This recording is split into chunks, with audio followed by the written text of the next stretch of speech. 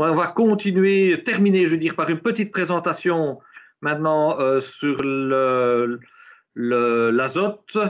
Alors, pourquoi est-ce qu'on reparle d'azote alors que ça fait en fait longtemps que des essais ont été réalisés à l'IRBAP? On n'a plus vraiment réalisé encore des essais des dernières années. Mais vous connaissez tous le contexte de l'azote.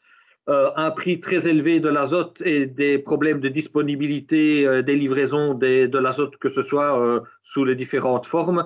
Prix élevé, donc le prix qui a augmenté très fortement dans la deuxième moitié de l'année dernière pour doubler, si pas tripler, en quelques mois. Et avec des gens qui ont commandé de l'azote mais qui n'ont pas encore été livrés. Donc les deux problèmes, évidemment, se posent. Une deuxième question, c'est oui, mais si je dois alors appliquer mon azote, sur quelle base est-ce que je vais travailler? Sur base d'un avis personnalisé, donc avec une prise d'échantillon au printemps, un avis général ou alors un bilan théorique. Et je rappellerai quand même qu'il y a aussi possibilité de localiser l'azote le long du rang et ainsi économiser 30% des apports. Vous savez que la betterave a un enracinement profond, explore très très bien le sol jusqu'à plus de 2 mètres de profondeur, évidemment dans un sol bien structuré, et ça nous l'avions déjà pu le démontrer dans ces bacs de croissance que nous avons mis en place lors de certaines visites d'essai. Vous voyez la betterave qui a un pivot bien droit et qui explore vraiment et prélève aussi ces éléments dans des couches plus profondes. Ceci, c'est une betterave réelle qui a été déterrée dans la région de Aiguezé, à Tillier, où nous avons tiré la betterave comme ça hors du sol et vous voyez que tout le pivot est venu avec. Alors, quand est-ce que la betterave prélève son azote? Eh bien, au mois de mai, elle prélève évidemment dans les couches superficielles, mais à partir du mois de juin et juillet, elle va déjà prélever les éléments plus profondément, donc aussi dans la couche 60-90 cm. Il faudrait essayer de considérer que fin juillet, la betterave va prélever tout l'azote nécessaire pour sa croissance. Alors, quel est maintenant l'effet de la dose d'azote plus ou moins sur les facteurs de rendement? Donc, vous avez ici un graphique qui montre plusieurs facteurs avec des doses faibles et des doses croissantes d'azote. Plus on a d'azote, plus on applique de l'azote, plus la masse foliaire est développée. Plus on augmente la dose d'azote, plus la richesse risque de chuter. Le rendement racine, lui, augmente jusqu'à une certaine dose, mais après, n'en profite vraiment plus. Et tout ceci combiné va faire sur un bilan financier qu'on a une courbe qui monte et puis qui redescend avec quelque part un optimum pour la dose d'azote à appliquer qui n'est pas à un point. Et vous voyez ici en jaune, vert, que c'est quelque part une zone entre, allez, à 30-40 unités près. Ce n'est pas un point bien particulier. Alors, on peut se dire qu'évidemment, avec l'augmentation du prix de l'azote, tenant compte donc de ce prix, eh bien, on a aussi un léger décalage de la dose optimale d'azote un petit peu vers la gauche, donc quelques unités de moins par rapport à ce qu'on est habitué à faire.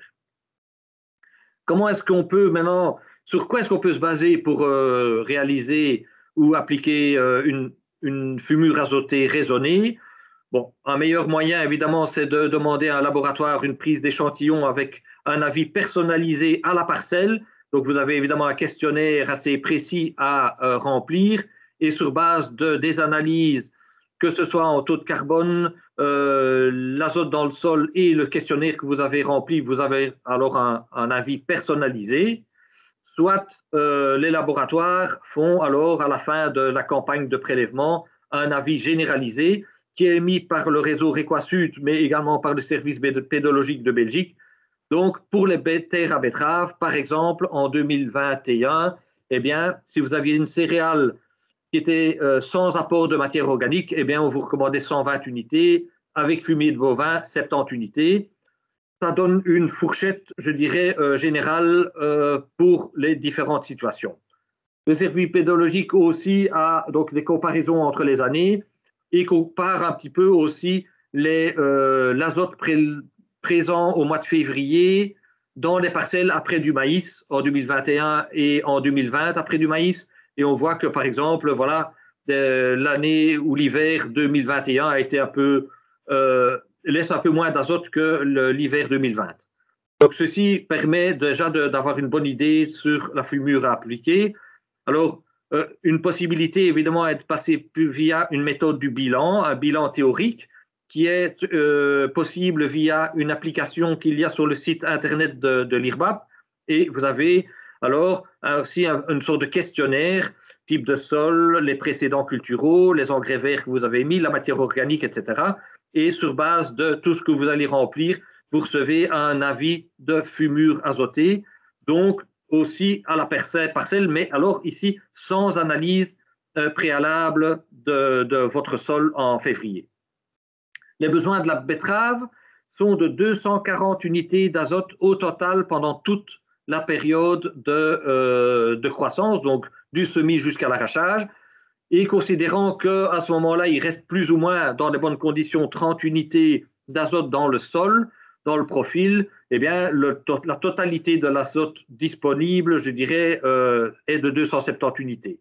Évidemment, vous n'allez pas apporter 270 unités sous forme minérale ou organique. Une grande partie de l'azote qui sera pris par la plante va être restitué par le sol lui-même, donc minéralisation du sol à partir du carbone organique.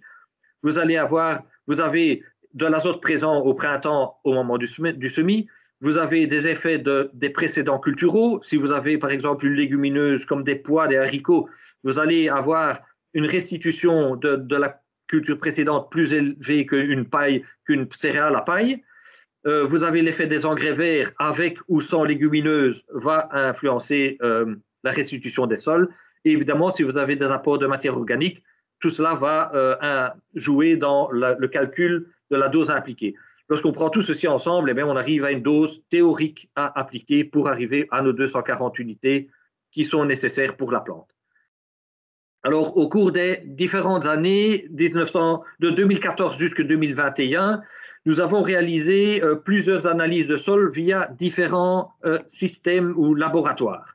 Vous avez par exemple le service pédologique qui travaille sur un index azote, un N-index, les laboratoires du réseau REQUASUT plutôt sur un autre système. Et nous avons donc aussi notre calcul théorique qui est sur une méthode du bilan. Vous voyez ici, entre les années et sur les différentes années et les différents laboratoires, il y a 122 parcelles qui ont été analysées. Donc, ça veut dire qu'au printemps, on a pris des échantillons, on les a divisés en deux et on les a fournis au service pédologique ou au laboratoire du réseau REQUASUT. Et vous voyez que l'avis de fumure donné par les deux instances est relativement différent, alors qu'on part du même questionnaire et de la même analyse de sol. Le bilan théorique, lui, se situe un petit peu entre les deux, est inférieur au service pédologique, est un peu supérieur au réseau REQUASUT. Alors, quelle est maintenant la bonne méthode, quel est le bon avis? Je l'ai dit, ce n'est pas un chiffre unique, c'est souvent une plage qui répond favorablement. Donc, nous avons, je dirais, comparé un petit peu ces deux. Pourquoi? Parce que quand on dit à certains agriculteurs de mettre 80 unités alors que dans la pratique, ils en mettent plutôt 140, il est difficile à diminuer sa dose d'azote. Nous avons donc mis en place plusieurs essais au cours des années et se posant la question, est-ce que le calcul théorique suffit? Est-ce qu'il faut mettre plus que le calcul théorique? Nous avons mis donc le calcul théorique et comparé une dose complémentaire de 40 unités, donc théorique plus 40 unités. Dans pratiquement tous les cas, on a perdu des degrés de richesse, 0,13 degrés en moyenne. À part 2 cas, on avait une petite différence de richesse favorable avec 40 unités de plus. Sinon, on descend entre 0 et moins 4 degrés la richesse des betteraves. Évidemment, on gagne peut-être un petit peu en tonnage. On gagne en moyenne 1,3 tonne à l'hectare en mettant un peu plus d'azote, qui va aussi du négatif jusqu'à 2-3 tonnes de betteraves, mais donc un peu plus variable. Mais si on fait le bilan financier maintenant sur toutes ces parcelles, donc il y a plus de 15 essais qui ont été mis en place, eh bien on voit qu'en moyenne, on perd 80 € par hectare tenant compte évidemment du surcoût des 40 unités à appliquer sur ces parcelles. Et le bilan financier va jusqu'à moins 200 € dans certaines parcelles où vraiment on a, je dirais, exagéré un petit peu la fumure. Donc, mettre plus que l'avis théorique n'est certainement pas quelque chose de recommandable. Une technique qui a été développée par Jean-Pierre van der Geeten dans les années fin des années 80 et début des années 90 sur pas mal d'essais à cette époque-là, c'est de localiser l'azote le long du rang du semis de betterave. Donc, on va localiser l'azote à 6 cm du rang de semis et à 6 cm de profondeur, soit avec des socs, soit avec des disques ouvreurs très, très légèrement en biais et qui permet donc je dirais, d'enfouir l'azote dans le sol. Il peut se faire sous forme de liquide ou solide, les deux sont possibles. Certains avantages avaient été rapidement mis en évidence. C'est premièrement que l'application de l'azote se fait au moment du semis, donc un passage en moins à réaliser avant, je dirais, la préparation des sols. C'est très sélectif pour la levée et certainement parce qu'on est ici à côté du rang. Surtout, ne jamais, évidemment, appliquer l'azote sur le rang de semis. Il y a une meilleure assimilation de l'azote qui a été appliquée avec un effet starter important, moins de lessivage, moins d'évaporation ammoniacale, pas de redoublage dans la parcelle. Et les essais de Jean-Pierre ont montré qu'on pouvait réduire la dose conseillée de 30%, ce qui n'est pas négligeable, certainement aujourd'hui. Et même en augmentant le rendement et la richesse. Alors, si on regarde un petit peu un bilan des 23 essais mis en place entre 88 et 93, eh bien, vous voyez qu'avec dose d'azote entre 0, 50, 90, 130 ou 170 unités, le rendement en bleu, c'est la courbe du rendement lorsqu'on applique l'azote de façon généralisée, donc sur toute la parcelle, en vert, en localisé le long du rang. Et vous voyez que même avec des doses nettement plus faibles, on parvient à avoir des rendements tout à fait équivalents, si pas meilleurs. Donc, en résumé, il est certainement recommandé pour cette année-ci, vu les conditions économiques de la culture, mais aussi de l'azote, d'appliquer une dose raisonnée d'azote, certainement lorsque les apports doivent être importants.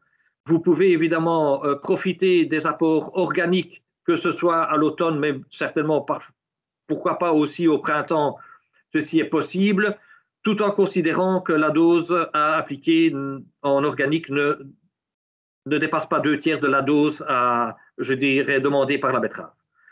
Attention, si vous apportez des trop fortes doses d'azote minéral trop proches du semis, il y a toujours un risque de brûlure des germes, certainement s'ils sont accompagnés de chlorure et qu'il y a le temps entre l'application et le semis est trop court. Le fractionnement est-il possible? Oui, il n'a pas toujours un avantage, certainement pas, mais il est possible pour autant que la deuxième fraction soit réalisée avant le stade 6 feuilles.